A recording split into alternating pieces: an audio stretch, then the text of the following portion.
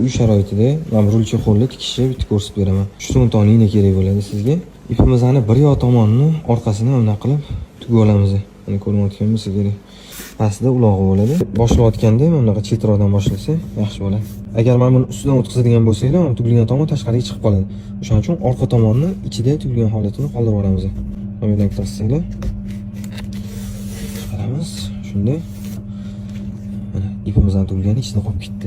Yopsak, ichida shunday ko'rinmay turadi. Bismillah aytib sekin tikib olamiz. Chokdan chokka tortib bersak bo'ldi, unaqa qiyin joyi yo'q. Buni qilamiz. Faqat mana bu tortayotgan ipimizga nagruska berish kerak emas-da, bu yerdan qo'lda ozgina paddeshga qo'yish kerak ipni.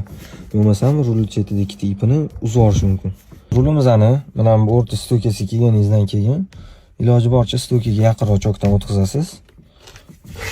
Xo'sh, tortdik. Endi mana bu ipimizni ko'pchilik ustidan o'tkazib qo'yadi, bu xato. Ipimizni ninani o'tkazasiz, bir tomondan ninani bunday chiqarib olasiz. Orqa tomondan o'tib ketadi. Keyin joyi yo'q. Yo'q, ketdi. To'g'ri ketdi.